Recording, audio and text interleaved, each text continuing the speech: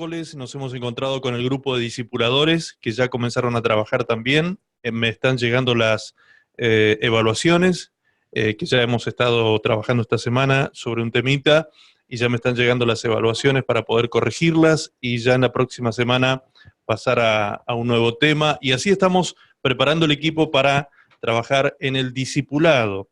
El discipulado es algo que va a comenzar muy pronto y que todos van a ser invitados a ser parte, ¿sí? Todos van a ser invitados a ser parte del discipulado, que va a ser un tiempo muy especial en el cual ustedes van a poder ser guiados en el estudio de las Escrituras.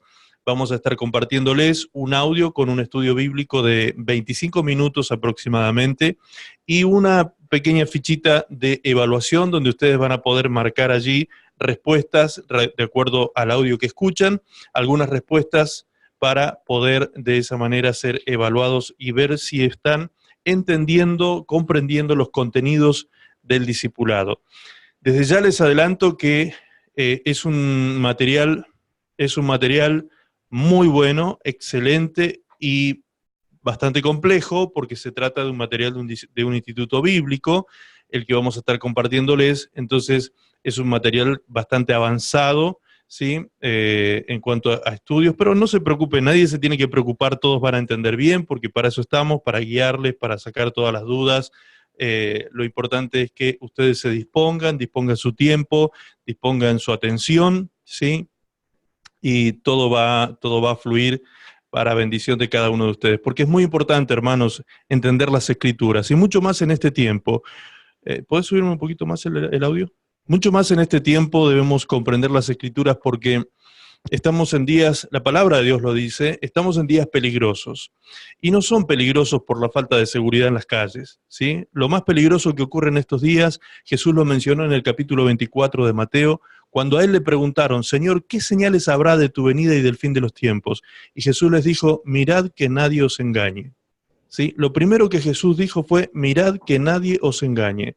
Es decir, una de las cosas que iba a acontecer antes del final de los tiempos, antes de que Cristo volviera por su iglesia, una de las cosas que iba a acontecer era la manifestación de la apostasía, ¿sí? El engaño, la manifestación de la apostasía y muchas doctrinas que tratarían de alejar a las personas de Dios y de Cristo y de su relación personal con el Espíritu Santo. Entonces, tenemos que estar muy atentos hoy a la verdad, a la Escritura.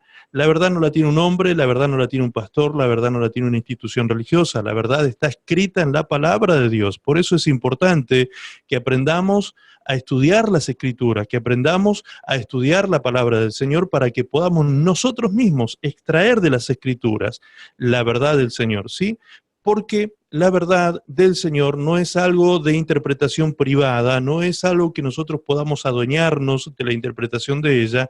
Es decir, nadie puede decir, yo tengo la verdadera interpretación de la Escritura, ¿sí? Y soy el único dueño de la verdad. Nadie puede decir semejante cosa, sino que la verdad está disponible para todos aquellos que la buscamos, ¿sí? Cuando buscamos la verdad, la encontramos. Ahora, la Escritura tiene formas de estudiarse, ¿sí? La palabra de Dios, hay metodologías, hay algunas materias específicas que tienen que ver con el estudio de las Escrituras. Entonces, es importante ir creciendo en el conocimiento de todas estas herramientas e ir creciendo en el conocimiento propio de la palabra de Dios para comprender su perfecta voluntad, ¿sí? Y para eso tenemos un gran maestro. Y el gran maestro no es el pastor Maximiliano Contreras, ¿sí? Yo soy un siervito inútil nada más ahí que estoy disponible para que el Señor nos use en la comunicación del Evangelio. El verdadero maestro, el gran maestro que tenemos los hijos de Dios es el Espíritu Santo de Dios. Amén. Jesús le llamó el Espíritu de verdad en Juan capítulo 14, cuando Jesús lo menciona al Espíritu Santo y le cuenta a los discípulos acerca de que era necesario de que Él fuese quitado, porque si no fuera quitado Jesús, no vendría el Espíritu Santo sobre los discípulos. Entonces Jesús en ese momento les dice, Él es el Espíritu de verdad. Él os enseñará todas las cosas, ¿sí? El Espíritu Santo es el que se ocupa de enseñarnos la verdad del Señor a través de las Escrituras, a través de la palabra de Dios, nosotros podemos entrar en el conocimiento de la verdad guiados por el Espíritu Santo de Dios. Así que es tan importante, hermanos, la presencia del Espíritu Santo en nuestras vidas. Es tan importante tener comunión con el Espíritu Santo para poder entrar en el conocimiento de la verdad. Y esto, como les dije, es algo que está disponible para todos, ¿sí?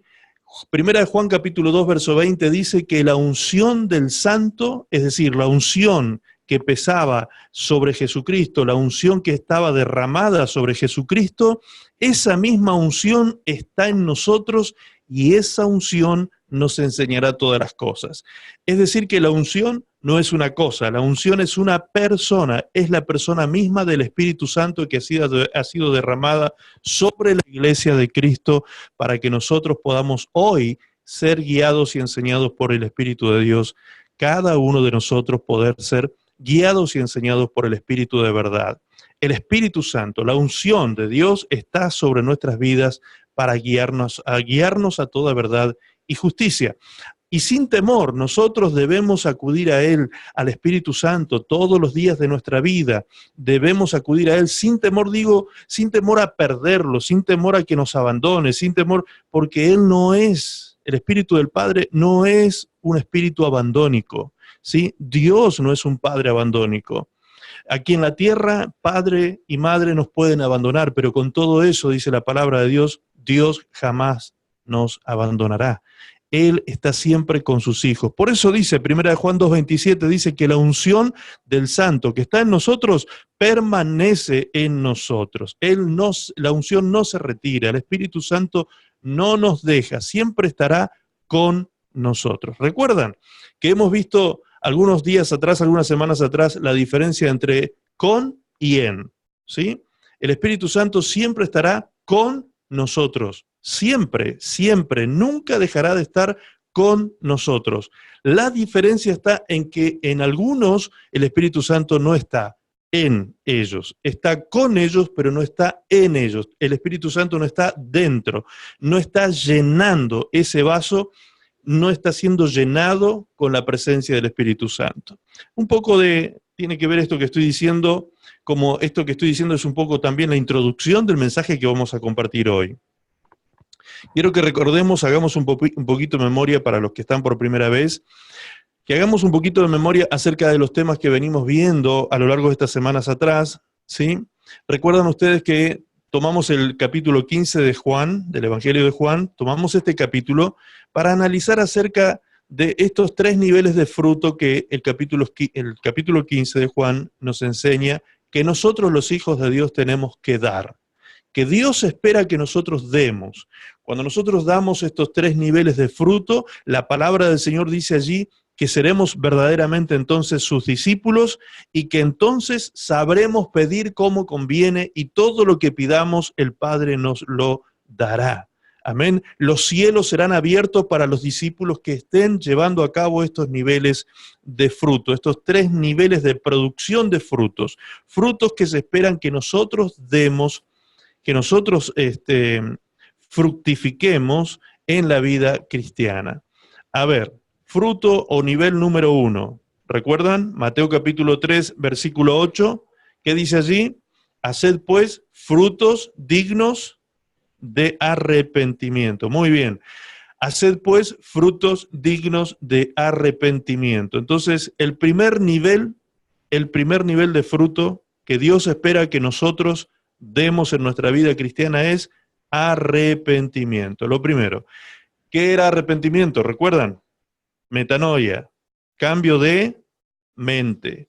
Es un cambio de mente, un cambio de mirada, un cambio de opinión respecto de Dios y del pecado, ¿sí?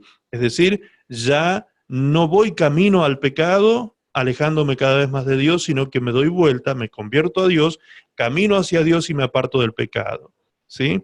Me arrepiento. El arrepentimiento, recordemos también, para que ya nos queden fijados estos conceptos, es muy importante repetirlos, el arrepentimiento no es remordimiento, ¿sí? El remordimiento, ¿recuerdan que veíamos estas diferencias? El remordimiento es el pesar, cuando yo siento pesar, tengo un sentimiento de dolor, de culpa, de culpabilidad, siento pesar por algo mal hecho.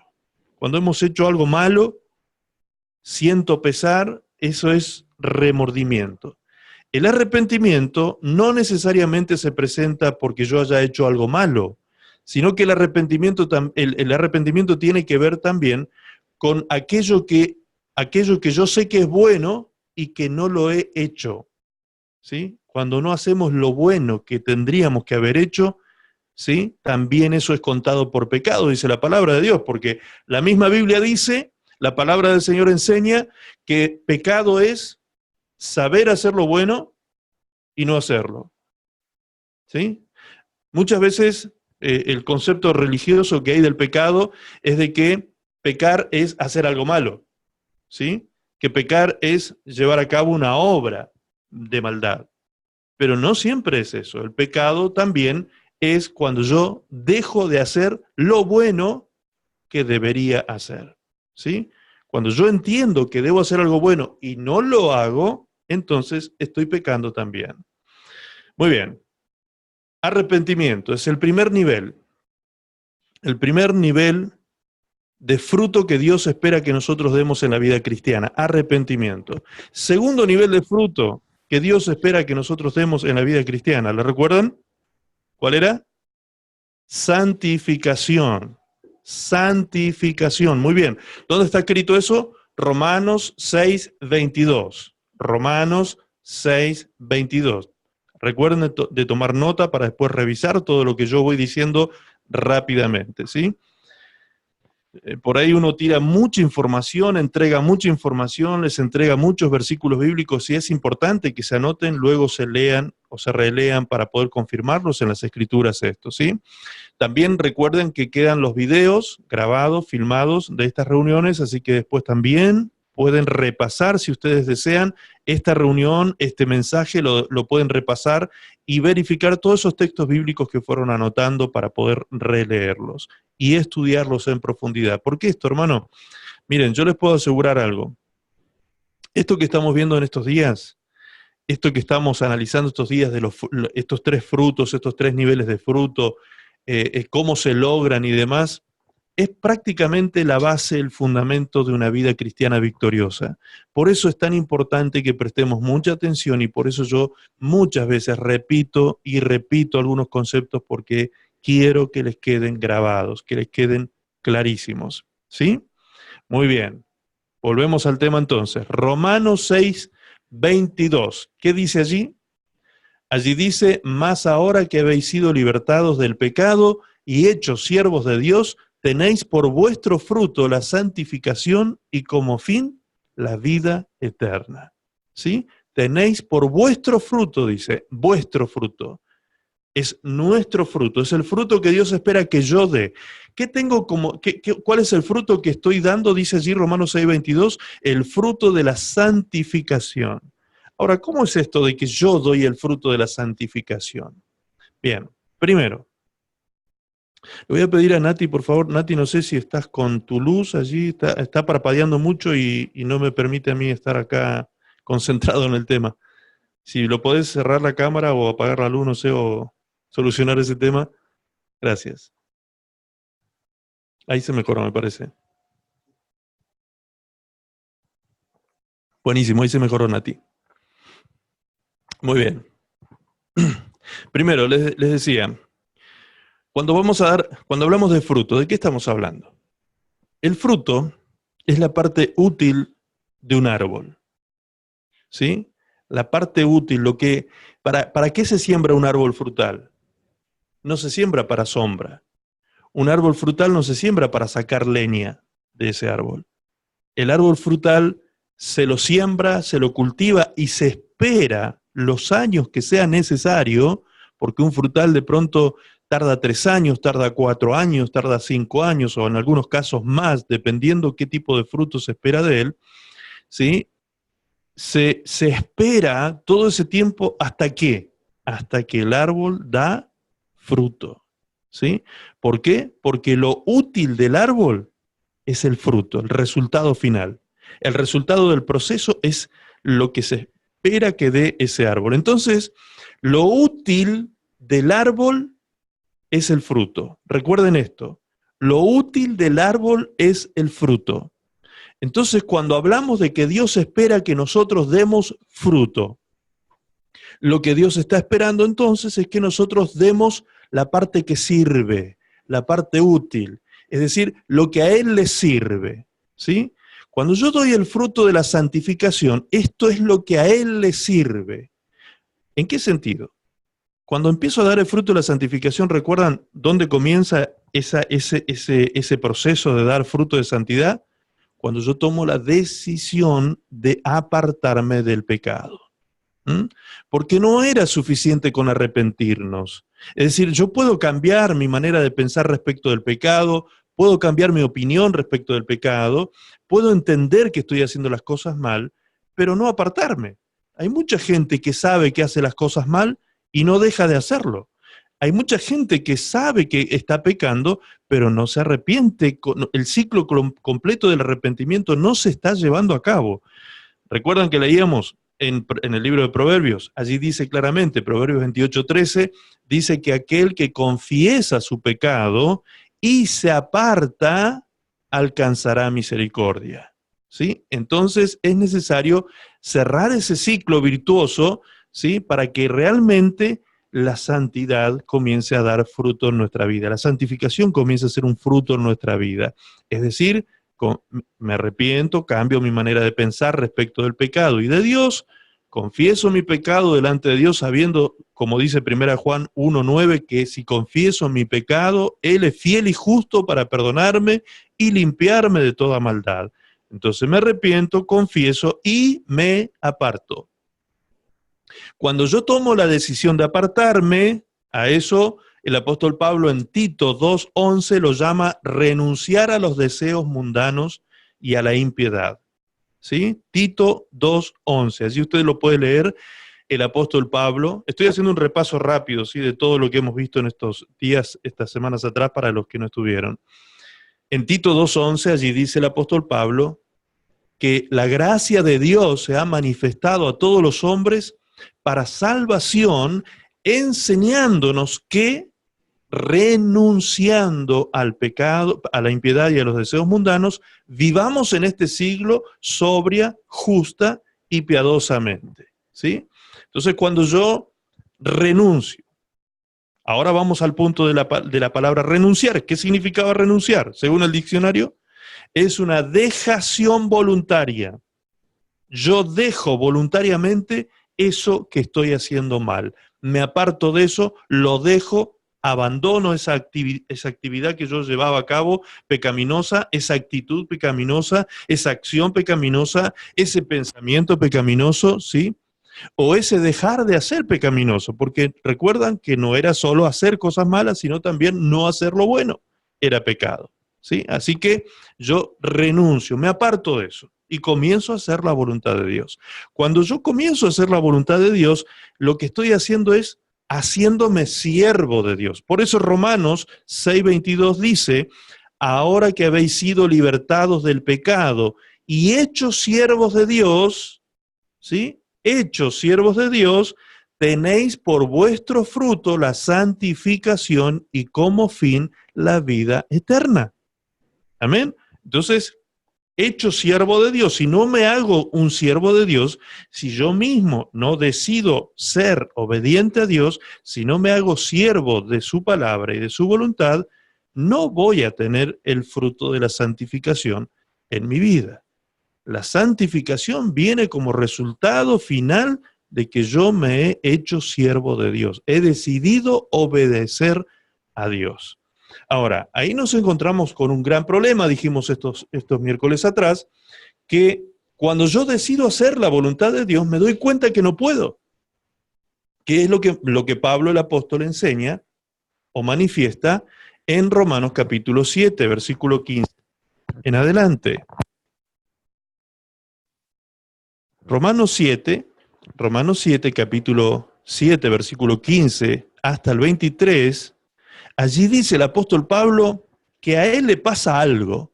Dice que él dice expresamente, dice que hay algo dentro de él algo dentro suyo, algo en su carne, en su cuerpo, que se manifiesta en él y lo lleva a hacer cosas que él no quiere hacer. Él dice, hago cosas que aborrezco y me doy cuenta que no puedo dejar de hacerlo. Eso es lo más terrible. Por eso él dice, en un momento dice en la Reina Valera, en la versión Reina Valera de la Biblia, dice, miserable de mí, ¿quién me librará de este cuerpo de muerte? ¿Sí? Es decir, él se da cuenta que el cuerpo, la carne, es lo que se revela contra Dios, porque de pronto él se autodescubre, él entra en un estado de autoconocimiento y dice, yo me doy cuenta que con mi mente yo apruebo la ley de Dios y yo quiero hacer la voluntad de Dios, pero también me doy cuenta que en mi carne hay otra ley que se levanta contra la ley de mi mente, ¿sí? Y todo el tiempo están batallando, es como que adentro mío hay una batalla, todo el tiempo adentro mío hay como que dos voluntades se están peleando dentro mío, ¿sí? Ahora, eso que le pasa al apóstol Pablo, que el apóstol Pablo nos cuenta hace 2000 años atrás, nos contaba que le sucedía a él, es la misma lucha que vivimos todos los hijos de Dios todos los días de nuestra vida. Todo el tiempo nosotros estamos viviendo esa batalla entre la tentación, entre los deseos de la carne, entre las luces del mundo que nos quieren deslumbrar, entre toda la atracción que el enemigo nos presenta para apartarnos de la voluntad de Dios, y por otra parte la voz del Espíritu Santo que habla a nuestra conciencia y nos dice, hijito, ese no es el camino. Hijita, ese no es el camino, esa no es la actitud que tienes que tener, ese no es el sentimiento que tienes que albergar en tu corazón, ese no es el pensamiento que tú tienes que tener en tu mente, ¿sí? Tienes que limpiar tu mente de esa contaminación porque eso no es lo que corresponde a un hijo de Dios. Entonces, esa es la obra del Espíritu Santo que nos guía a toda verdad y a toda justicia. Es la obra del Espíritu Santo, el Espíritu de verdad que nos está guiando a hacer la voluntad del Padre, ¿sí? Es por eso que es tan importante entender el rol fundamental que juega el Espíritu Santo en estos niveles de fruto que Dios espera que nosotros demos. Fruto número 1 dijimos arrepentimiento, fruto número 2, santificación. Ahora, el fruto número 1, el arrepentimiento. No puede venir el arrepentimiento a nuestra vida si primero no hay ¿qué cosa? Convicción de pecado, ¿sí? Si no hay convicción de pecado, no habrá arrepentimiento posterior. Necesitamos primero ser convencidos de pecado. ¿Y quién es el que hace esa obra? ¿Soy yo que los convenzo a ustedes? ¿Sí? ¿Es algún programa cristiano que estamos escuchando en la radio? No, el que hace la obra del Espíritu Santo, el que hace la obra de convencimiento es el Espíritu Santo de Dios. Él es el que convence al mundo de pecado, de justicia y de juicio, y aún a nosotros también el Espíritu Santo nos convence de pecado. ¿Cómo nos damos cuenta? Estoy haciendo un gran resumen de lo que hemos visto durante estos meses. ¿Cómo nos damos cuenta de que el Espíritu Santo nos está convenciendo de pecado? Segunda de Corintios capítulo 7, versículo 9 y 10. Segunda de Corintios capítulo 7, versículo 9 y 10. ¿Qué dice allí? Que hay dos tipos de tristezas que se manifiestan en el corazón del ser humano, de un hijo de Dios, principalmente. ¿Sí? ¿Cuáles son esos dos tipos de tristeza? Una que viene de parte de Dios, dice, es decir, Dios nos inocula tristeza en nuestro corazón, en nuestra alma. Dios nos mete tristeza en nuestra vida. ¿Para qué? Dice que esa tristeza que es según Dios produce arrepentimiento para salvación. ¿Se dan cuenta? Es decir, que cuando el Espíritu Santo está convenciéndome de pecado, aunque yo todavía no tengo la película clara, quizás todavía no me estoy dando cuenta de qué es lo que estoy haciendo mal, porque a veces, hermanos, no somos totalmente conscientes de todo lo malo que hacemos, realmente no lo somos. Entonces, el Espíritu Santo comienza a golpear en nuestra conciencia, a llamar a nuestra conciencia, a prevenirnos, a indicarnos que algo está mal o que estamos tomando una decisión equivocada, y la forma en que el Espíritu Santo tiene para comunicarse con nosotros, a nuestro espíritu, y hacernos sentir precisamente la actividad de la convicción de pecado, es la tristeza. La tristeza. Cuando viene tristeza, esa tristeza inexplicable, que a veces nos decimos, pero ¿por qué estoy pasando este? ¿Por qué me siento así? ¿Por qué estoy triste? Debería estar feliz. Hay gente que me lo ha dicho. Yo tengo una vida que no me falta nada. Yo debería estar feliz, pero estoy triste. Hay gente que me lo dice. Estoy triste. Lo tengo todo, pero estoy triste. ¿Qué está pasando así? ¿Qué está sucediendo en esa persona? Lo que está sucediendo es una gran convicción de pecado en su espíritu. Dios está trayendo tristeza a su espíritu. ¿Para qué? Para que se arrepienta y para que alcance salvación. Ahora, ese mismo capítulo de 2 Corintios, capítulo 7, versículos 9 y 10, en el versículo 10 dice, hay otra tristeza también, que no es de Dios. Esa otra tristeza es peligrosa porque es negativa, es destructiva. Esa otra tristeza viene de parte del enemigo, de parte del mundo, dice. Es la tristeza del mundo que produce muerte. ¿Qué tristeza? ¿De qué tristeza estamos hablando? De la depresión. ¿Sí? La depresión que ataca el corazón del ser humano y que hasta puede matarlo, hasta puede liquidarlo la depresión. Entonces, cuidado. ¿Sí? Ahora, la depresión no viene a golpear la puerta de nuestro corazón para convencernos de pecado. ¿Me entienden? La depresión generalmente es un sentimiento que carcome nuestra moral, que carcome nuestro ser, que carcome nuestro interior, la angustia nos carcome, el estrés y un montón de cosas se juntan, pero no hay convicción de pecado, ¿sí? No hay, es la convicción de pecado, la dirección del Espíritu Santo para conducirnos no está presente. Cuando el Espíritu Santo convence de pecado nos dice precisamente en qué estamos errando. Amén. Muy bien. Entonces, número 1, el primer fruto no lo podemos dar sin la actividad del Espíritu Santo, porque el Espíritu Santo es el que nos convenció de pecado para arrepentirnos.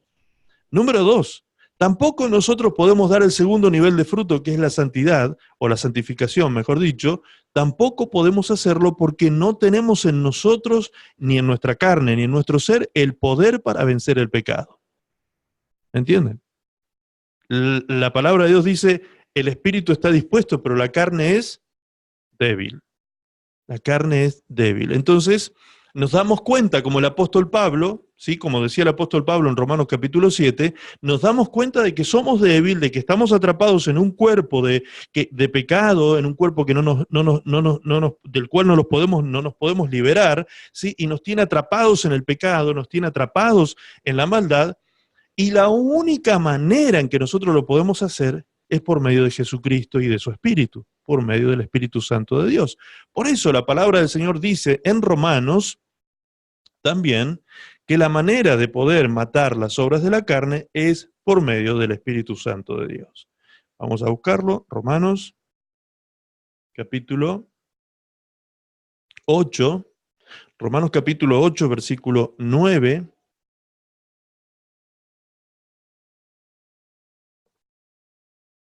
Y 8, versículo 9 y versículo 13.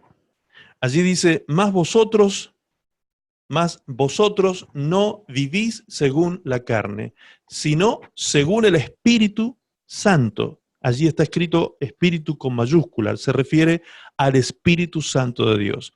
Dice, más vosotros, refiriéndose a nosotros los hijos de Dios, dice, más vosotros no vivís según la carne, sino según el Espíritu Santo. Si es que el Espíritu de Dios mora en vosotros. Y si alguno no tiene el Espíritu de Cristo, no es de él. Porque si vivís, dice el versículo 13, porque si vivís conforme a la carne, moriréis. Mas si por el Espíritu Santo hacéis morir las obras de la carne, viviréis. ¿Sí? Es decir, no hay otra forma de hacer morir las obras de la carne.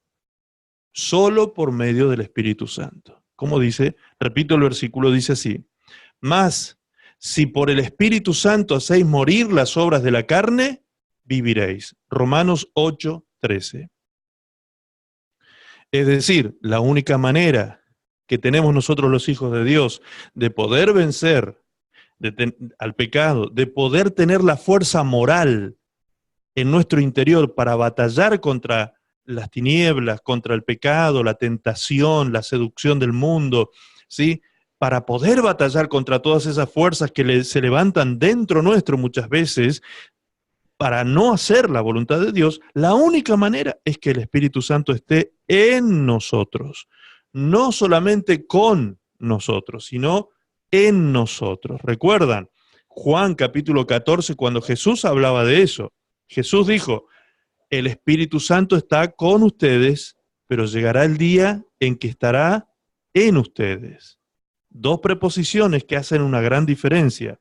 La preposición con, que significa en compañía de, y la preposición en, que significa dentro de. Entonces, una cosa es que el Espíritu Santo esté a tu lado, y otra cosa muy distinta es que el Espíritu Santo esté dentro tuyo, es decir, llenándote. Cuando el Espíritu Santo nos llena, empieza a gobernar cada una de las áreas de nuestra vida, a tomar gobierno, es decir, se cumple lo que el Padre Nuestro, la oración del Padre Nuestro, en la cual Jesús nos enseña precisamente a pedir esto, que el reino del Señor venga a nosotros. ¿Cómo viene el reino de Dios a nosotros? Por medio del Espíritu Santo. Cuando el Espíritu Santo comienza a gobernar nuestros pensamientos y comienzan a producirse nuevos sentimientos en nuestra vida y nuevas acciones, ¿recuerdan esto? Por cuanto el hombre piensa, siente, y por cuanto siente, actúa. ¿Se acuerdan de eso que lo hemos enseñado varias veces? ¿Sí? Es decir, mis actos y mi conducta son el resultado de lo que yo siento, y lo que siento es el resultado de lo que yo pienso. Entonces la clave es cambiar esto. Si yo cambio esto, cambio los sentimientos, cambio las emociones y le cambio las acciones de mi vida. ¿Ok?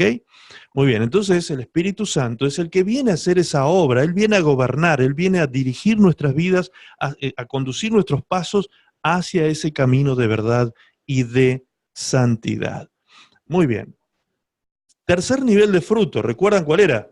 El tercer nivel de fruto era cuando ya nosotros nos transformábamos en embajadores del reino de Dios, es decir, en aquellos que comunican el Evangelio de Jesucristo a otras personas. El tercer nivel de fruto es el que habla el capítulo 13 de Hebreos, versículo 15, cuando dice allí que Dios espera que nosotros le demos a Él sacrificio, ¿sí?, de labios que confiesan su nombre. Sacrificio, frutos de labios que confiesan su nombre, sacrificio de alabanza, fruto de labios que confiesan su nombre. Veíamos en la versión de la Biblia Cas, que dice que la suprema alabanza, la alabanza más suprema que yo le puedo ofrecer a Dios, es cuando yo le hablo de la grandeza de su Hijo a otras personas. ¿Sí? Dios no espera que yo me ponga a cantar solamente, porque a veces confundíamos, recuerdan que explicábamos esto, cuando dice allí sacrificio de alabanza, muchas veces se lo confunde con cantar canciones. No, Dios está feliz que nosotros cantemos canciones, Dios está feliz de que nosotros le adoremos y le alabemos por medio de canciones, de himnos, de salmos, de cánticos espirituales. Está perfecto eso, pero eso no es por lo que Cristo vino a morir a la cruz del Calvario. Cristo no pagó el precio tan alto de dar su vida en la cruz para que nosotros estemos cantando himnos, ¿sí? Él pagó ese tremendo precio incalculable de un valor eterno de dar su vida en la cruz del Calvario para que nosotros hoy nos dediquemos a darle testimonio a otras personas de ese gran amor que Él mostró en esa cruz por nosotros los pecadores. Amén, por todos nosotros. Y la forma de dar testimonio, la forma de poder hablar, ¿sí?, de forma inspirada, no hay otra forma que si no se lo hace por medio del Espíritu Santo. El Espíritu Santo es el que nos llena de palabra nuestra boca para que nosotros podamos dar testimonio de Jesús a otras personas. Jesús mismo dijo a sus discípulos, les dijo, miren, a ustedes los van a llevar hasta frente a las autoridades, frente a grandes hombres. No tengan temor, les dijo Jesús, porque en ese mismo instante, cuando ustedes sean llevados frente a esos hombres, el Espíritu Santo pondrá en vuestra boca lo que habéis de decir en ese momento. ¿Sí? El Espíritu Santo se va a posicionar de la boca de ustedes, va a tomar posesión de la boca de ustedes, y ustedes mismos se van a sorprender de las cosas que van a decir en ese momento. ¿Sí? Porque el Espíritu Santo tomará de lo que hay dentro nuestro, del depósito que hay de la palabra de Dios en nosotros, y nuestra boca hablará las grandezas del Señor. No hay otra forma, ¿sí? Para hacerlo de forma efectiva, poderosa, ungida, es a través del Espíritu Santo de Dios. De otra manera vamos a comunicar conocimiento, vamos a comunicar logo muchas veces, ¿sí? La palabra logo, la palabra escrita, la vamos a comunicar y lo podemos hacer de forma muy eficiente, pero cuando el Espíritu Santo está presente, lo que comunicamos no es solamente logo, sino también rema, es decir, una palabra fresca que viene del cielo directamente para el corazón de esta persona que está oyéndonos en ese momento, escuchándonos, y hasta esa palabra viene con conocimiento y conciencia muchas veces, porque el Espíritu Santo habla al corazón de la persona y le descubre la realidad oculta que hay en su corazón. Yo no sé si a usted le ha acontecido de que ha estado hablando con alguien de la palabra de Dios y esa persona le dice a usted, pero ¿a vos quién te contó lo que a mí me pasaba? ¿Cómo sabes vos lo que me pasa dentro mío? ¿Sí? Porque las personas se sienten como descubiertas, ¿sí? Cuando le estamos hablando la palabra de Dios se sienten como desnudas frente a lo que le estamos diciendo. ¿Por qué? No es por nuestro conocimiento de la persona, porque quizás nunca habíamos visto a esa persona, sino que el Espíritu Santo, que todo lo sabe, es el que está hablando por nuestra boca y le está dando una palabra directa al corazón a esa persona por medio de nuestros labios. Amén.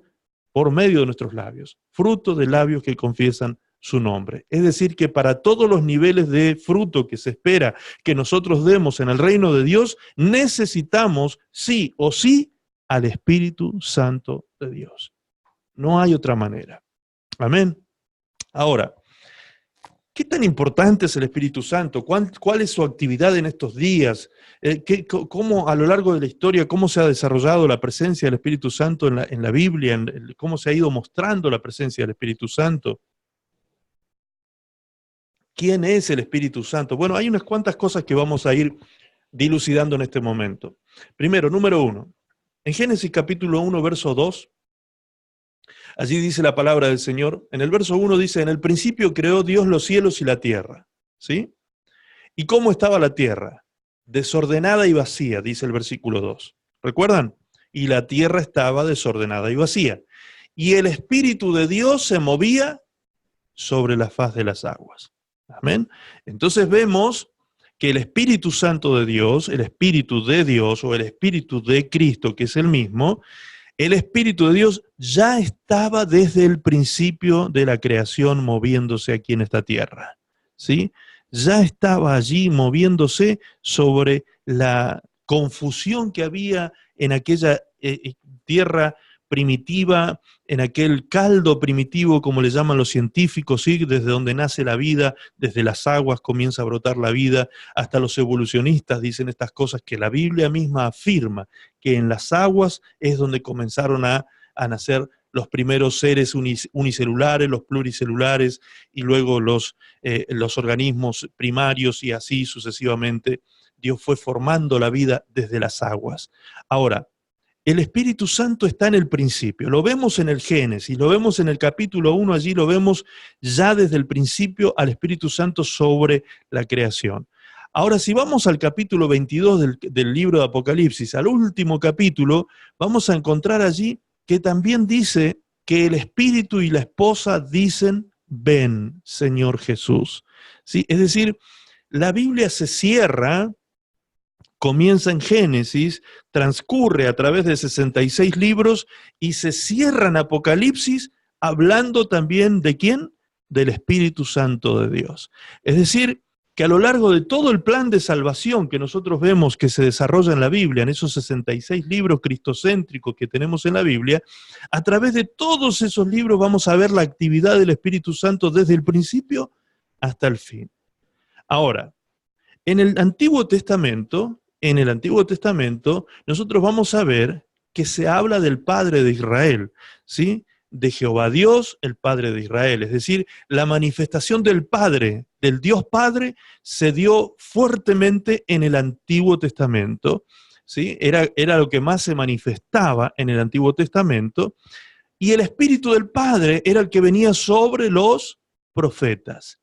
Y el Espíritu del Padre, estamos hablando del Espíritu Santo, era el que se derramaba solamente sobre 3 tipos de personas en el Antiguo Testamento. Dios derramaba su Espíritu sobre los reyes, sobre los profetas y sobre los sacerdotes.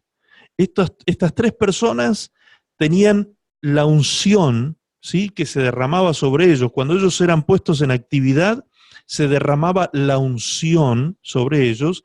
No es lo mismo que la unción del Espíritu Santo. Esta unción en el Antiguo Pacto era aceite, ¿sí?, a través de un cuerno cargado de aceite, un aceite especial, aromático.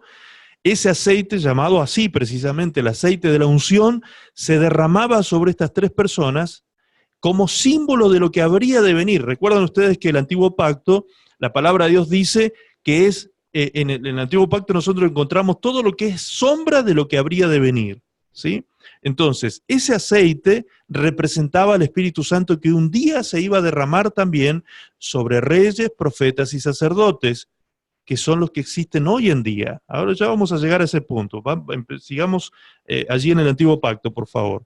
En el Antiguo Testamento, si ustedes buscan en Éxodo 30:30, Éxodo 30:30 de la Biblia, van a encontrar que Dios le está dando directivas a Moisés y le dice a Moisés que derrame sobre los sacerdotes el aceite de la unción y los consagre, ¿sí? Es decir, a partir del momento que el aceite se derramaba sobre los sacerdotes, estaban ellos ya consagrados y puestos en actividad en el tabernáculo, en el lugar donde los sacerdotes servían al Señor. Muy bien, entonces la unción consagraba y activaba en un servicio. Eso es lo que hace la unción allí en el Antiguo Testamento. También activaba y consagraba a los reyes, y de la misma manera a los profetas. Estos tres oficios, que eran oficios de gobierno, ¿sí?, de administración de justicia sobre el pueblo de Dios, estos tres oficios de gobierno eran ungidos por el Espíritu Santo de Dios, y la representación de eso era el aceite que era derramado sobre ellos. Pero el Espíritu Santo estaba sobre ellos y no estaba sobre toda carne en aquel tiempo. Ahora, el profeta Joel, capítulo 2 de Joel, versículo 28, allí el profeta Joel profetiza que llegaría un día en que el Espíritu Santo sería derramado sobre toda carne, sobre toda carne. Y el cumplimiento de ese día, de esa profecía, llegó en el capítulo 2 del libro de los Hechos, cuando se produjo el derramamiento del Espíritu Santo sobre los 120 primeros discípulos ungidos por el Espíritu Santo, bautizados por el Espíritu Santo, que estaban reunidos en el aposento alto. Después de que Jesús asciende al cielo, voy a hacer un poquito de cronología para que nos ubiquemos en el tiempo, en la línea del tiempo. Jesús muere, resucita y asciende a los cielos. Deja establecido 120 hermanos que se reunieron allí en Jerusalén a esperar la promesa del Espíritu. Llegó el día de Pentecostés y ese día recibieron el derramamiento del Espíritu Santo. El Espíritu Santo se derramó sobre todos, ¿sí? Y a partir de ese momento el Espíritu Santo se empezó a derramar sobre todo aquel que confesara a Jesucristo como Señor de su vida, ¿sí? El mismo Pedro lo dice. Pedro dice en el capítulo 2, capítulo 3, cuando él relata sobre esto, precisamente explica esto de qué era el derramamiento del Espíritu Santo. Capítulo 2, dice el apóstol Pedro que cuando vinieron los israelitas allí, que vieron esto que había sucedido, este acontecimiento tremendo del derramamiento del Espíritu Santo, vinieron ellos compungidos, dice la palabra del Señor, y preguntaron, ¿qué haremos nosotros ahora para ser salvos? Y Pedro les dijo, arrepentíos, cada uno de vosotros, y bautícese en el nombre del Señor Jesucristo, y recibirán, ¿qué cosa? El don del Espíritu Santo. Amén. Entonces el don del Espíritu Santo es algo que viene a nuestra vida después de la conversión, del arrepentimiento de nuestros pecados y de la conversión a Cristo. Hay personas que creen que tienen el Espíritu Santo y viven una vida sin arrepentimiento y no viven en comunión con Dios. Entonces eso es un autoengaño. El Espíritu Santo solamente está en aquellos que le pertenecen a Dios. Aquellos que son de Dios tienen el Espíritu de Dios, dice la palabra. Amén. Muy bien. Ahora, el Espíritu Santo, en el Antiguo Testamento, dijimos, venía sobre reyes, sacerdotes y profetas.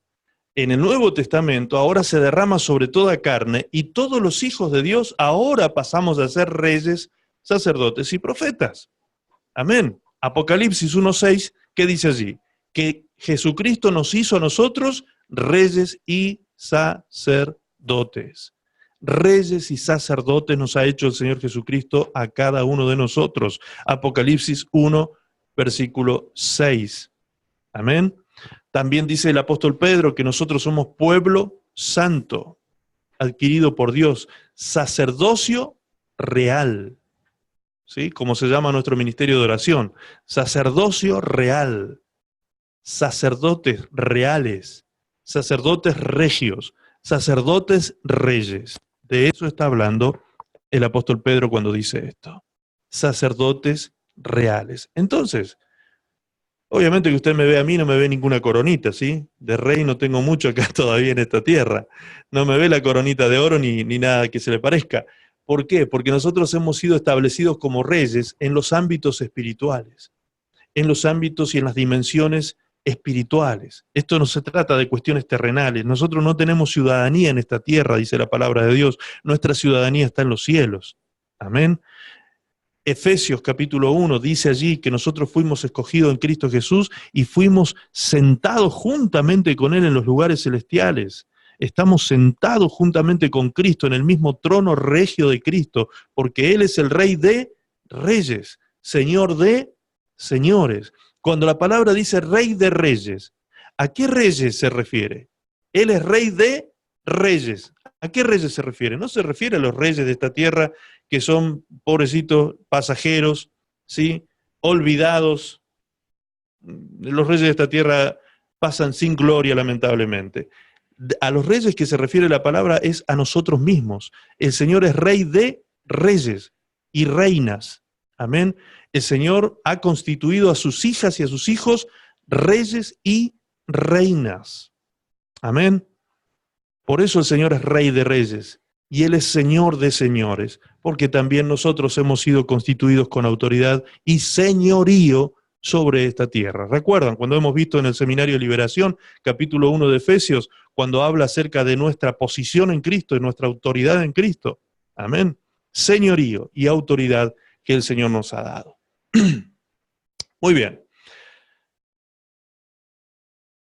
El Espíritu Santo, entonces, como dijimos, juega un rol fundamental en nuestras vidas para que nosotros seamos ese pámpano que lleva el fruto que Dios espera que nosotros demos en la vida cristiana. Amén. Hay algo en lo cual vamos a profundizar. Cuando leíamos recién en Romanos capítulo 8, verso 13, dice, mas si por el Espíritu hacéis morir las obras de la carne, viviréis. Cuando el apóstol Pablo habla acerca de hacer morir las obras de la carne por el Espíritu Santo, no está diciendo que esto sea posible con el Espíritu Santo fuera nuestro, fuera de nosotros. Para que nosotros podamos vencer las obras de la carne, el Espíritu Santo tiene que estar dentro nuestro. Amén. No con, sino en nosotros. El Espíritu Santo, al estar con nosotros, nos consuela, nos convence de pecado, ¿sí? Nos sella, pone las arras del Espíritu, como dice la palabra, ese sello que ha sido puesto en nosotros como garantía de alcanzar nuestra salvación en Cristo. Todo eso pasa por fuera.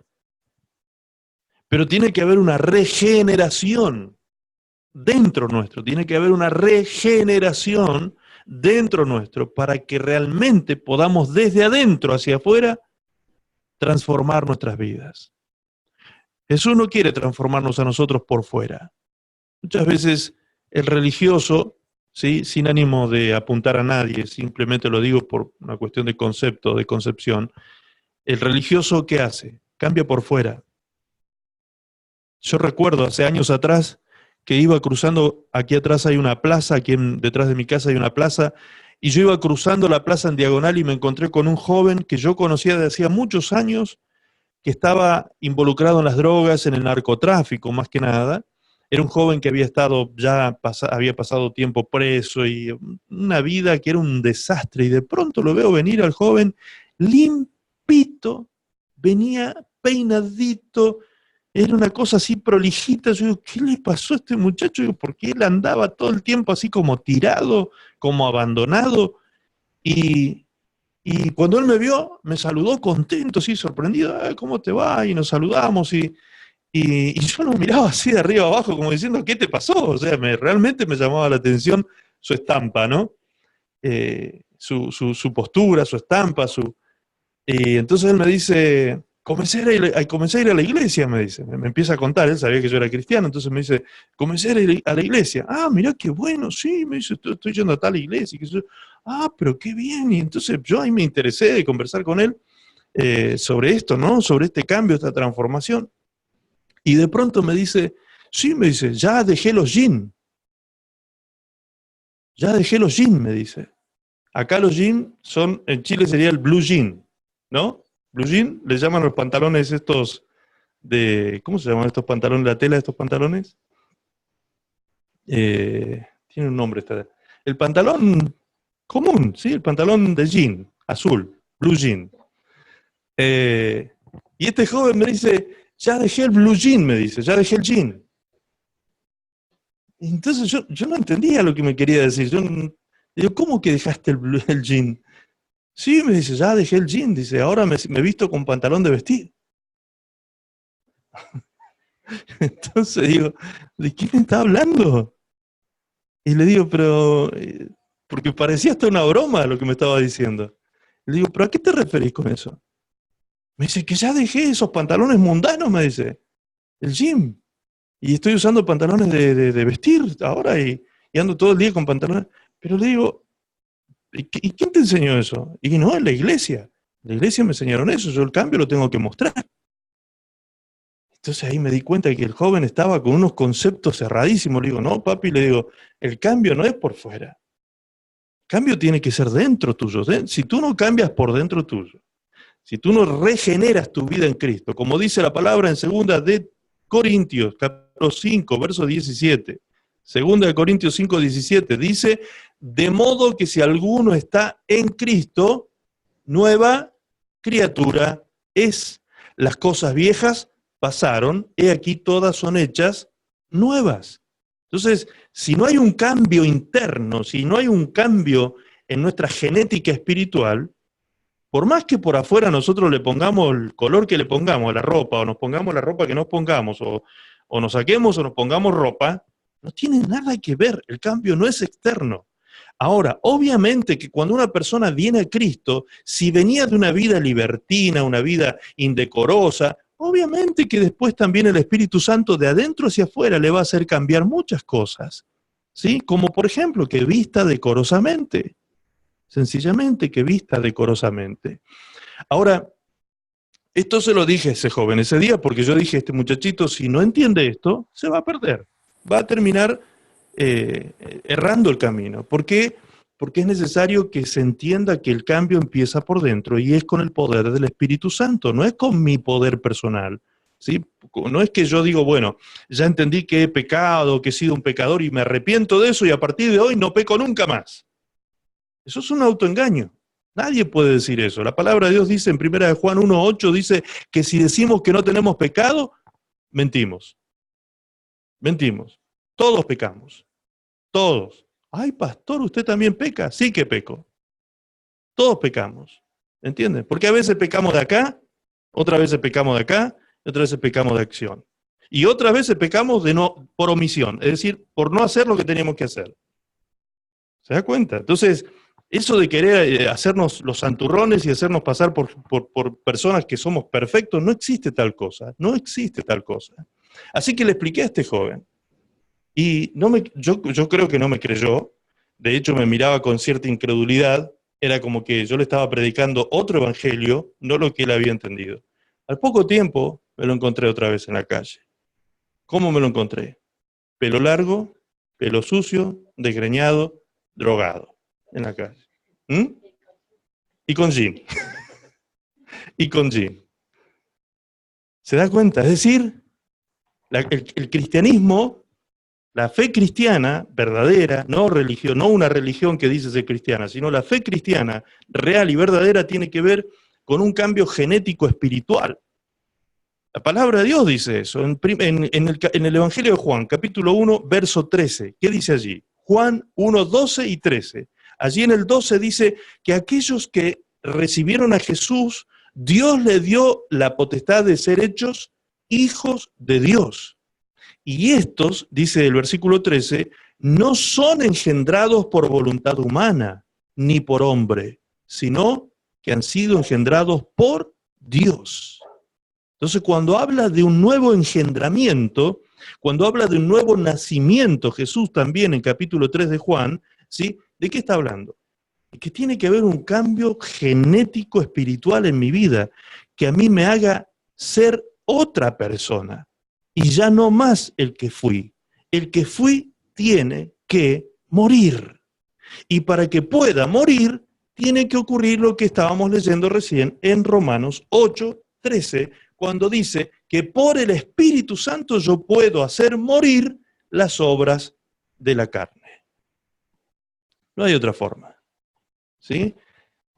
Usted puede ser muy moral, puede ser una persona muy moralista, si quiere, pero no hay forma de que usted pueda vencer el pecado completamente, definitivamente, si no es por el poder del Espíritu Santo. Usted se podrá negar un día, 2 días, 3 días a pecar, pero va a llegar un momento en que el pecado intelectual, emocional o físico lo va a terminar venciendo.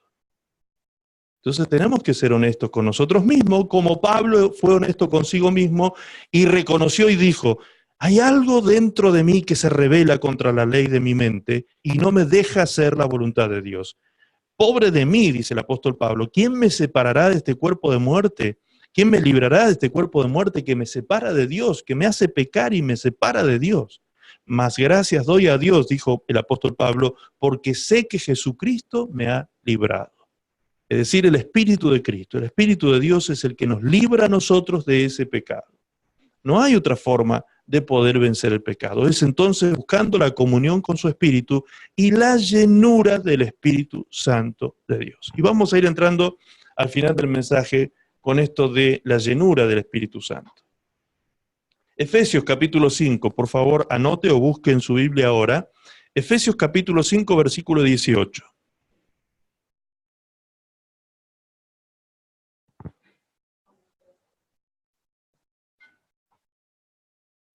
Efesios capítulo 5, versículo 18.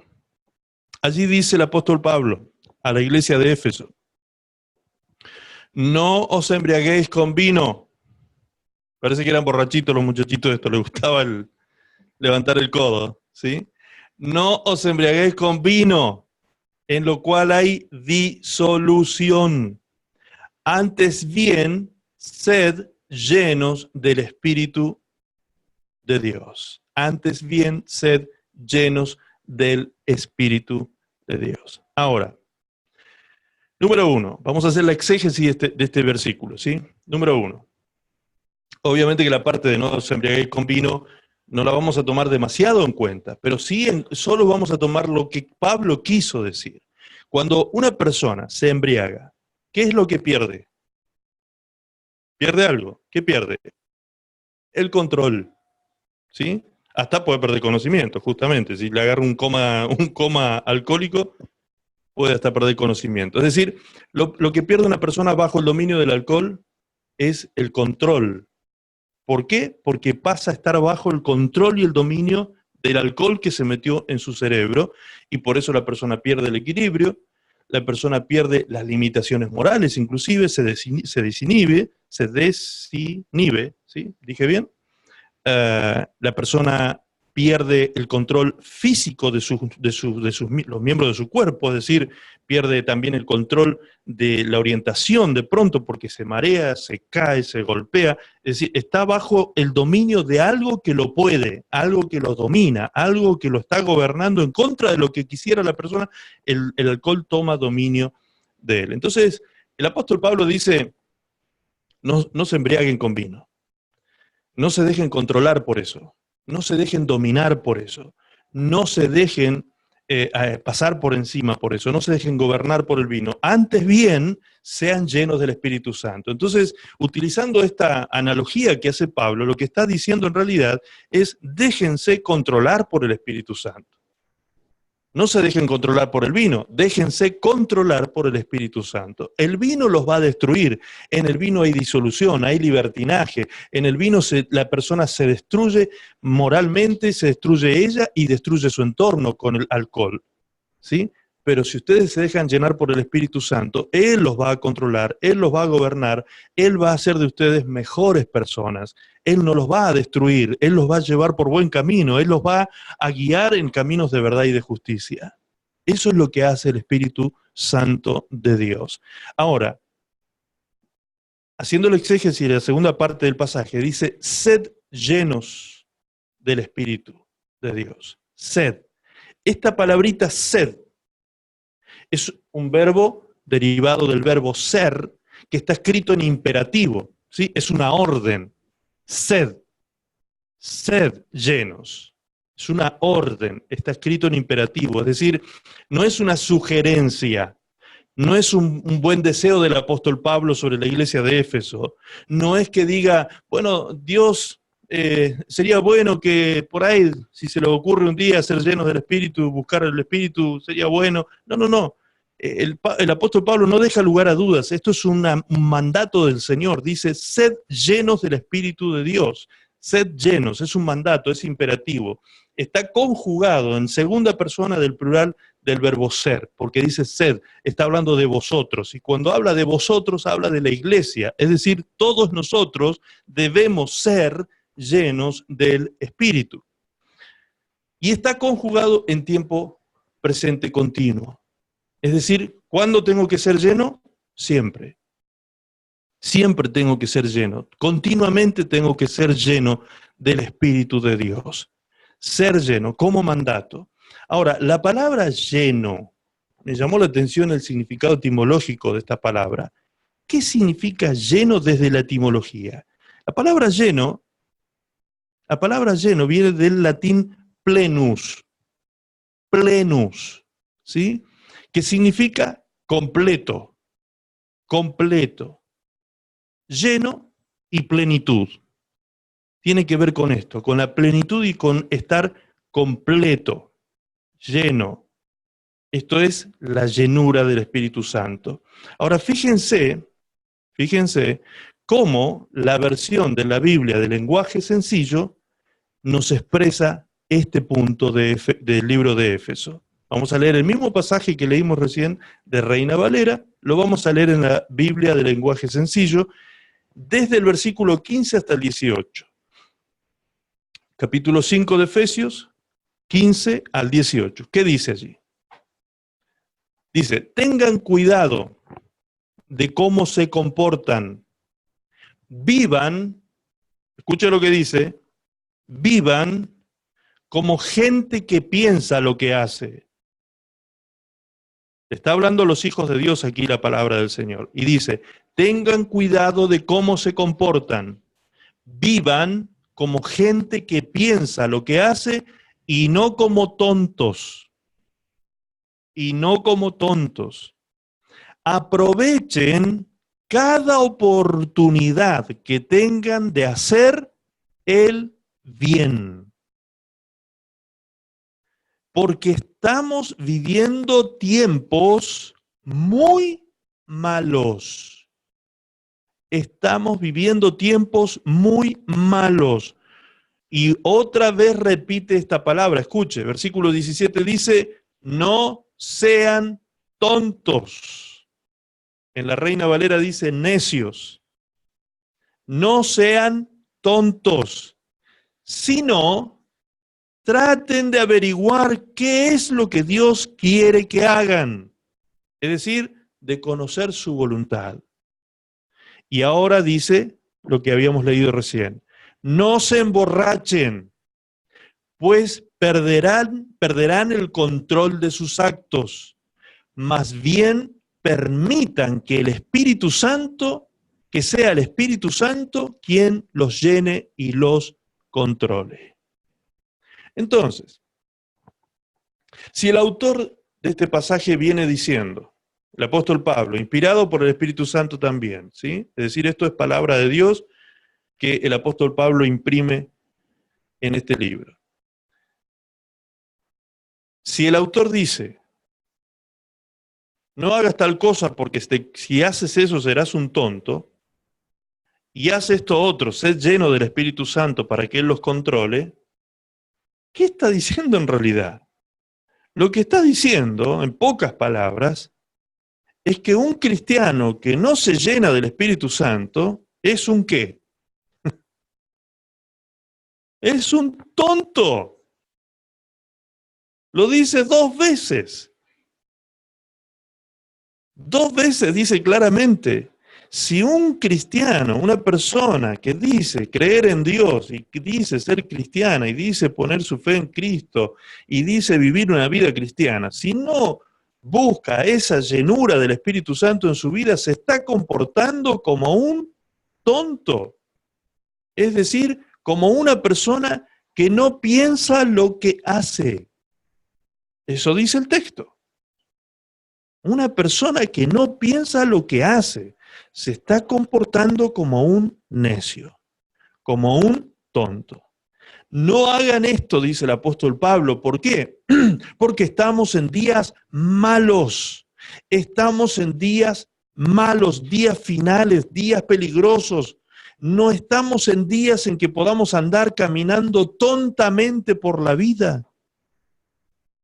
Mis queridos, amados, tenemos que tomar buenas decisiones en esta vida.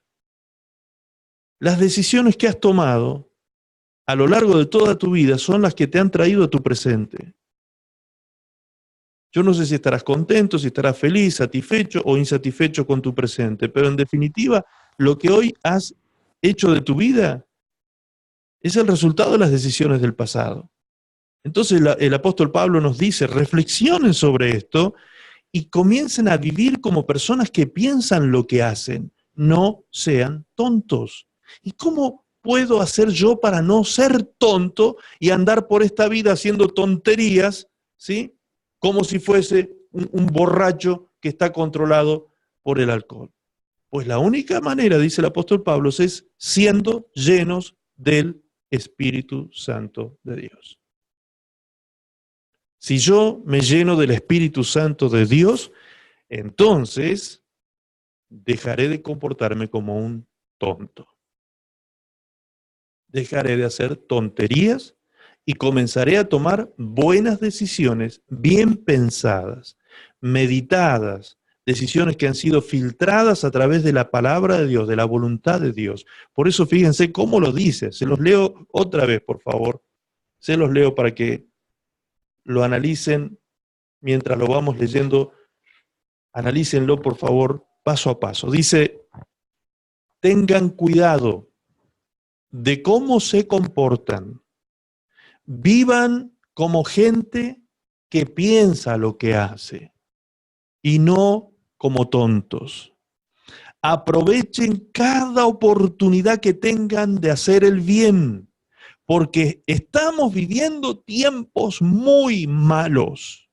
No sean tontos, sino traten de averiguar qué es lo que Dios quiere que hagan. ¿Se da cuenta? La persona que deja de hacer tonterías, la persona que deja de tomar malas decisiones en su vida, decisiones autodestructivas en su vida, la persona que deja de tontear, ¿sí? ¿Qué está haciendo esa persona? Está buscando y averiguando cuál es la voluntad de Dios. ¿Qué es lo que Dios quiere que yo haga? No voy a hacer cualquier cosa de mi vida a partir de ahora que conozco a Cristo, ahora que conozco al Espíritu Santo, ahora que tengo quien me guíe, ahora que tengo quien me ayude en la vida, no me voy a dejar guiar otra vez por mis pensamientos carnales, por mis pensamientos diabólicos y terrenales, sino que voy a querer hacer la voluntad de Dios. Ok, pero no la sé la voluntad de Dios. ¿Cómo puedo hacer para saberla? Biblia. Biblia. Por eso es que todo el tiempo lo que les he estado citando en esta noche es palabra de Dios, palabra de Dios. No es conocimiento mío, personal, empírico, la vida, la filosofía y que eso. No, es palabra de Dios, lo que Dios dice en su palabra. Entonces, cuando averiguamos lo que Dios quiere para nosotros y de nosotros en nuestra vida, estamos comportándonos ya no como tontos, sino como ¿qué? Como sabios. Como sabios. Como hijos de Dios, sabios, que quieren conocer la voluntad de Dios. Eso es sabiduría. Cuando uno se maneja en la vida con temor de Dios, eso es sabiduría. Amén. Ahora, el apóstol Pablo dice, ¿cómo lo logro? ¿Tomando vino? ¿Dejándome controlar por el alcohol? No. De esa manera es como todos hacemos tonterías. La manera para poder vivir una vida realmente regenerada, una vida que ha cambiado de adentro hacia afuera, una vida que tuvo un arrepentimiento genuino, un cambio de mente, una vida que ha nacido como debe nacer de nuevo, como enseña la palabra, es a través del Espíritu Santo, por la obra del Espíritu Santo desde el día A. Arrepentimiento por convicción del Espíritu Santo, santificación por el poder del Espíritu Santo dentro mío, embajador del reino de Dios porque el Espíritu Santo me ha ungido para eso. ¿Sí? Siempre el Espíritu Santo es el que tiene y debe estar presente en nuestra vida, y el apóstol Pablo lo dice en forma imperativa y lo dice en presente continuo, es decir, siempre, nosotros los hijos de Dios, siempre debemos buscar la llenura del Espíritu Santo de Dios. Ahora, ¿cómo termina diciendo el texto? Dice, permitan que sea el Espíritu Santo quien los llene y los controle. Así dice la Biblia de lenguaje sencillo.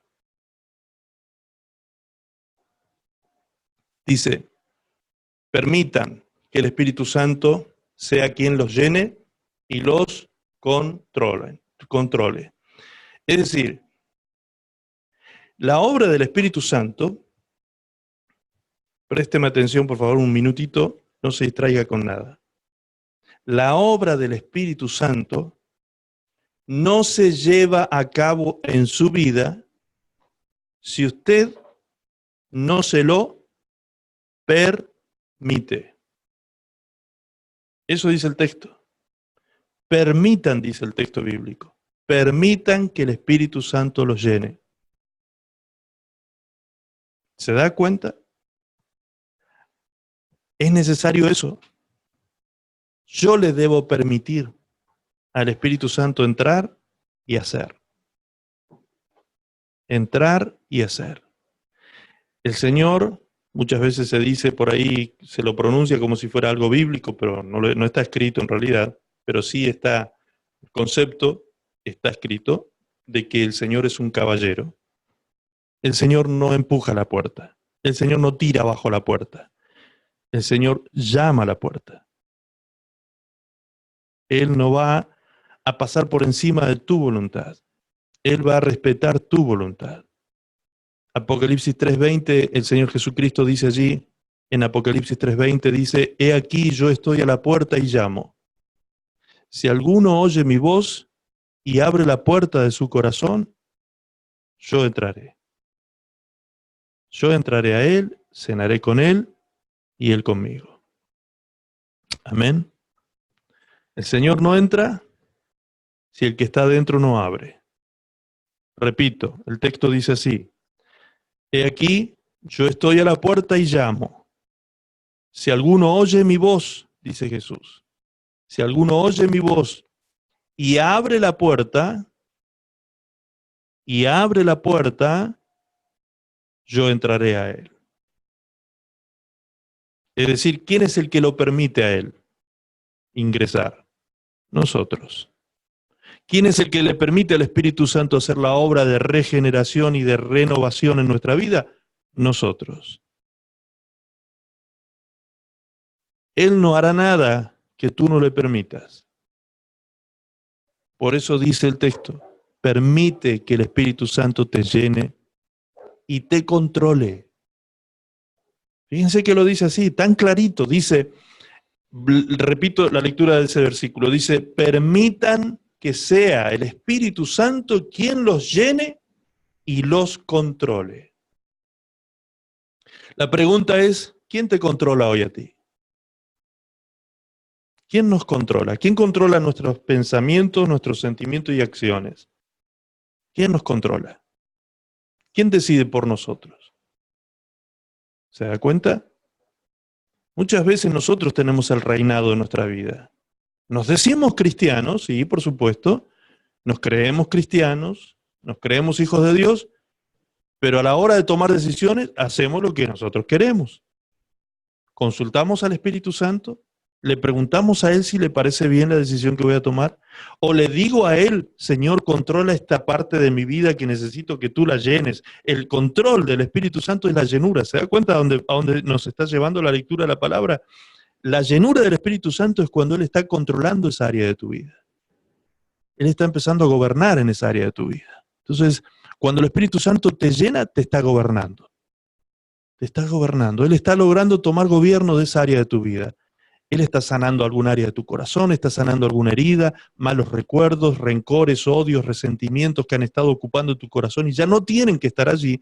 Cuando tú le dices al Espíritu Santo, entra Espíritu Santo, ven, lléname y toma parte de en mi corazón, en mi alma, en mis pensamientos, llévate los recuerdos amargos, llévate las heridas de mi alma, cierra las cicatrices que quedaron en mi corazón, Señor, que son tan dolorosas. Señor, sana todo mi ser. Cuando ustedes empiezan a entregarle al Espíritu Santo, el Espíritu Santo comienza, si usted le abre la puerta, ¿qué dice el Señor? Entrará.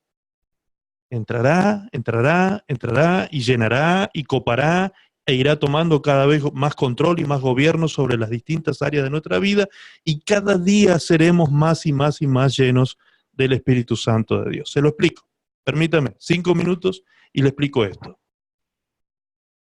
Dice, busqué en el diccionario la palabra controlar. ¿Qué significa? Controlar significa dirigir o dominar. Dirigir o dominar a una persona o una cosa. Eso es controlar. Dirigir o dominar a una persona o una cosa. ¿Qué significa dirigir? Dirigir es hacer que una cosa en movimiento avance hacia una dirección determinada sin desviarse. Escuche por favor con atención. Dijimos, el texto bíblico dice que cuando el Espíritu Santo viene a mi vida y me llena, comienza a controlar mi vida. ¿Qué significa controlar? Dirigir o dominar a una persona o una cosa. Dirigir o dominar. Entonces, esos son los dos términos que tenemos que aclarar. Dirigir, ¿qué significa? Hacer que una cosa que está en movimiento avance hacia una dirección determinada sin desviarse. Eso es dirigir. Ahora escuche lo que dice Isaías 35:8 en la Biblia. Dice, y habrá allí camino, y será llamado camino de santidad. No pasará inmundo por él, sino que él mismo, Dios mismo, estará con ellos. El que anduviere en este camino, por torpe que sea, no se extraviará. ¿Se da cuenta? Es decir, que la presencia de Dios en los hijos lo que hace es esto. Por torpe que seamos, no nos extraviaremos. Es decir, nos dirigirá por ese camino de santidad y por torpe que seamos, es decir, más de una vez vamos a querer desviarnos, más de una vez vamos a querer torcernos, pero por torpe que seamos, dice, el Señor nos va a enderezar el caminar y nos va a enderezar los pasos otra vez. Amén. Eso es dirigir. Ahora, también significa dominar. La palabra dominar es de la familia o proviene de la palabra dominio, del latín dominium. El dominio es la facultad, escuche, la facultad o la capacidad que dispone una persona para controlar a otras o para hacer uso de lo propio. El concepto puede asociarse a la potestad o a la autoridad. ¿Sí? Entonces, cuando decimos que el Espíritu Santo domina nuestra vida, ¿qué estamos diciendo en realidad? Que Él está teniendo ahora la jurisdicción sobre este territorio, Él tiene la capacidad y la disposición sobre mi vida, Él puede dominar, Él puede guiarme, Él puede llevarme, traerme, hacer conmigo lo que Él quiera. Lo que Él quiera. Por lo tanto, Cuando decido santificarme, la decisión irá en dos direcciones. En dos direcciones. Número uno, decido renunciar a los deseos mundanos y a la impiedad, como explicábamos hoy más temprano, como lo dice Tito 2:11 en la Biblia. Y número dos, que es el punto que nos toca ahora, número dos, decido abdicar en el espíritu. Cierro con este concepto el mensaje de hoy. Presten mucha atención, por favor. Decido abdicar. Abdico en el espíritu. Vamos a explicar este concepto. La palabra abdicar significa, en el diccionario, dice, tres acepciones. Dicho de un monarca, un rey, ¿sí?, que cede la soberanía de su reino o su corona a otro rey. Eso es abdicar. Dicho de un monarca, ceder la soberanía de su reino o su corona a otro rey o renunciar a ella. Renunciar a la corona también es abdicar, ¿sí? O entregárselo a otro. También abdicar, hace un tiempo atrás, creo que fue el rey de España, que abdicó sobre su hijo, ¿sí? No sé si alguno se acuerda de esa historia. ¿Qué significa que abdicó sobre su hijo? Que él entregó su corona regia y su reinado, junto con la soberanía que representa, a su hijo. Él ya estaba grande, estaba viejito, no sé si fue por eso, que él decide abdicar a su reinado. El rey abdicó. ¿Qué significa? Que le entregó la corona, la soberanía de ese reinado a su hijo. Es decir, la manera correcta de decirlo es que abdicó en su hijo. ¿Sí? Por eso yo les dije recién, a nosotros nos toca abdicar en el Espíritu. ¿Qué quiere decir que yo abdico en el Espíritu Santo? Que yo me saco mi corona, ¿sí?, la corona del señor Maximiliano Contreras, abdico de lo que significa todo eso y se lo entrego al Espíritu Santo. Y le digo al Espíritu Santo, toma tú ahora el control y el dominio de la soberanía que yo tenía antes sobre esta persona. Yo antes tenía soberanía sobre mi cuerpo, sobre mi alma y sobre mi espíritu. Ahora abdico. Abdico y te lo entrego a ti, Espíritu Santo, para que tú vengas y tomes control y dominio sobre esta vida, sobre mi vida. Cuando hago esto, cuando yo abdico, cuando yo entrego la corona, cuando yo renuncio al yo personal, al egocentrismo, cuando yo abdico a tomar decisiones, ¿sí?, sobre mi vida y quiero siempre ser guiado por el Espíritu Santo, dejo de hacer algo. ¿Qué dejo de hacer?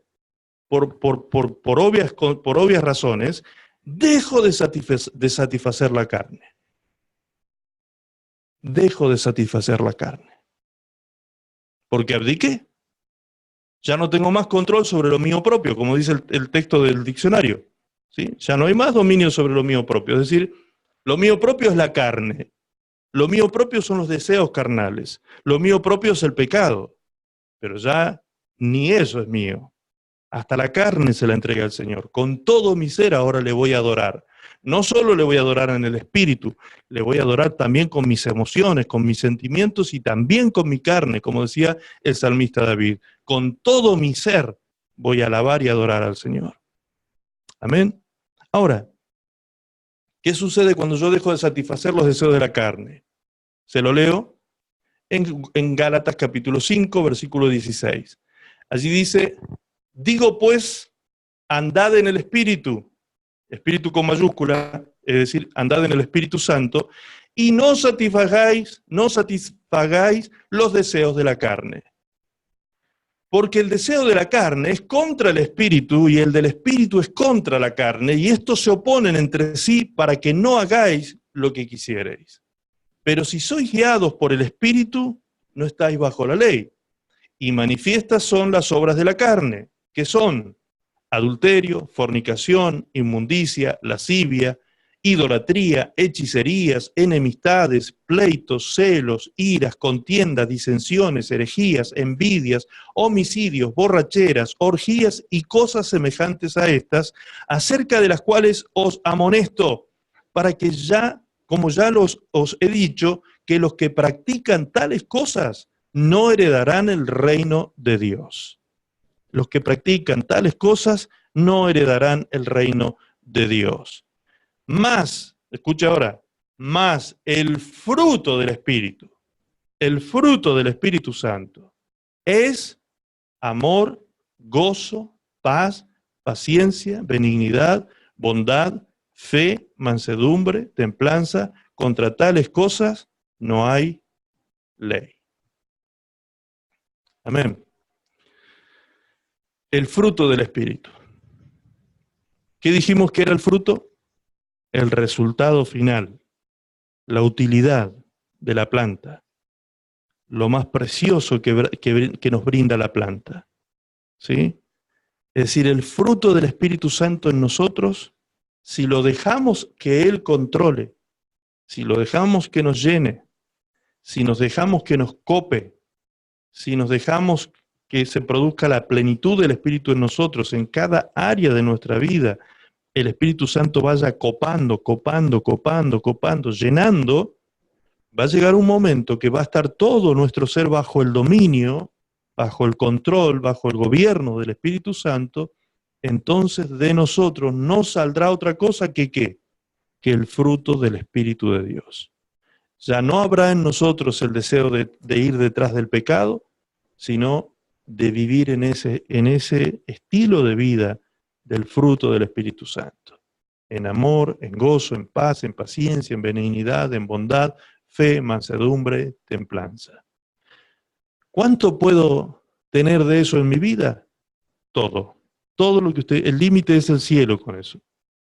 Nadie le puede decir a usted que está mal que ame tanto a Dios, que está mal que ame tanto a su prójimo. No hay límites para amar. Usted puede amar eternamente. No hay límites para el gozo del Espíritu, no hay límite para la paz, no hay límite para la paciencia, la benignidad, la bondad, la fe, la mansedumbre. No hay límite, no hay límite. Pero eso solamente se puede vivir cuando el Espíritu Santo está dentro nuestro. Amén. Llenándonos. No solo con, sino en nosotros. Amén. Espero que haya quedado más o menos claro este tema hasta hoy, ¿sí? Vamos a ir entrando en otros temas en los próximos domingos, así que esto era muy importante, que nos quedara claro que la presencia del Espíritu Santo en nuestra vida no es un buen deseo del apóstol Pablo, no es tampoco una sugerencia de Dios, sino que es un mandato. Sed llenos del Espíritu Santo. Es un mandato. Presente, continuo e imperativo. Así que les estimulo, les insto, les estimulo a que en el lugar secreto, en el cuarto del Espíritu Santo, como me gusta mucho como Elda le llama a ese lugar que tiene para orar, ella le llama el cuarto del Espíritu Santo. Es precioso poder tener ese tiempo de intimidad con Dios, ese tiempo a solas con Dios.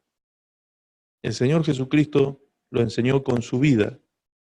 La palabra del Señor dice que Él se apartaba para orar, a solas, con el Padre. El Señor Jesucristo también enseñó y dijo, cuando ustedes oren, vayan a su cuarto, cierren la puerta y allí en lo secreto, donde solo el Padre ve y escucha, oren a Dios. Y lo que el Padre ve en secreto, lo recompensará en público, lo manifestará en público. Amén.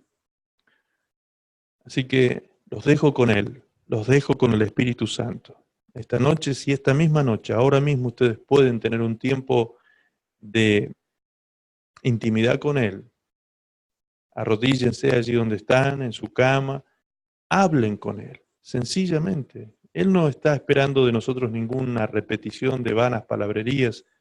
Él lo que está esperando es que le hablemos y dialoguemos con Él.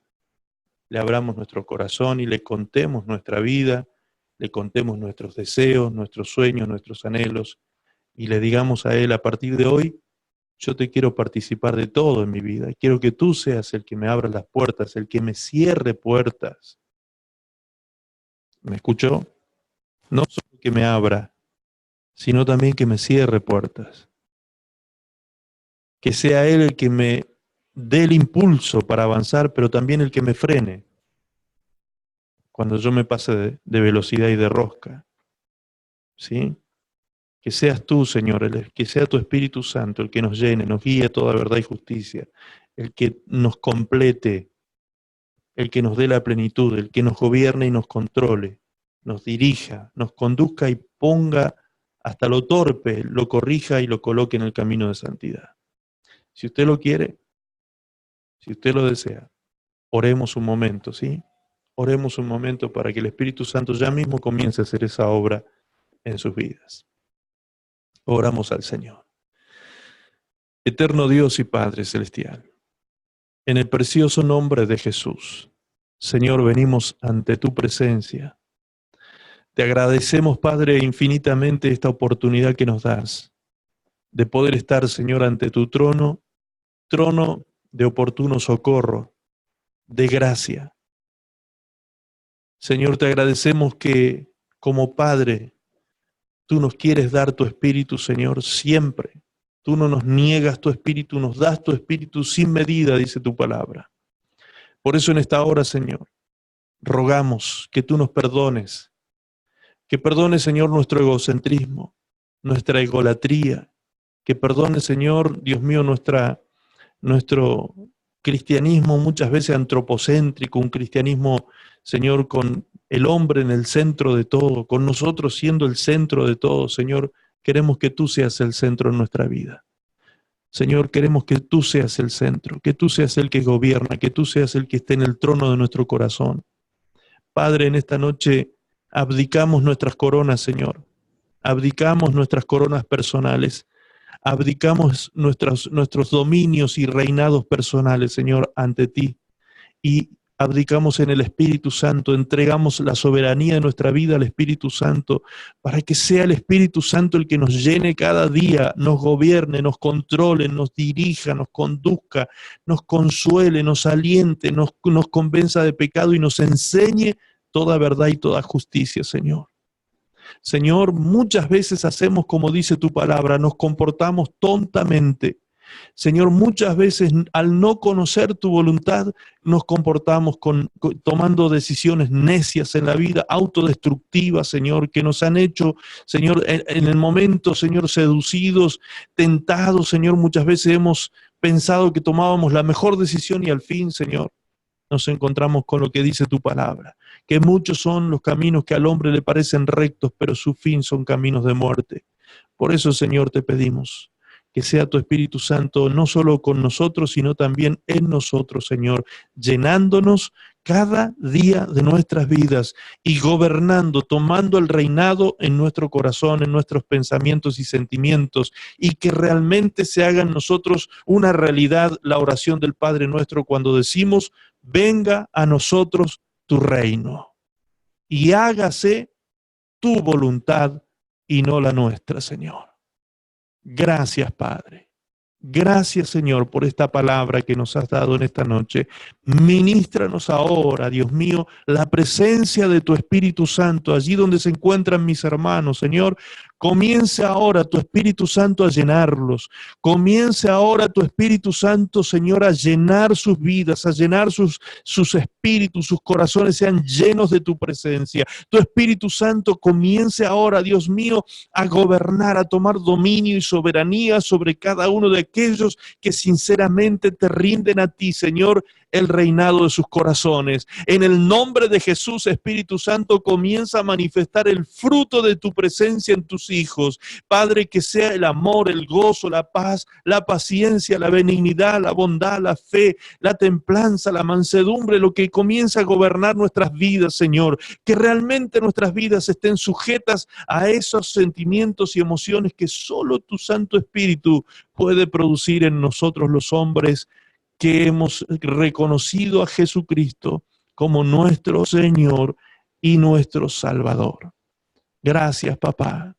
Te abrimos nuestro corazón, Espíritu Santo, y te invitamos a llenarnos cada día, todos los días de nuestra vida. Llénanos, llénanos todos los días de nuestra vida.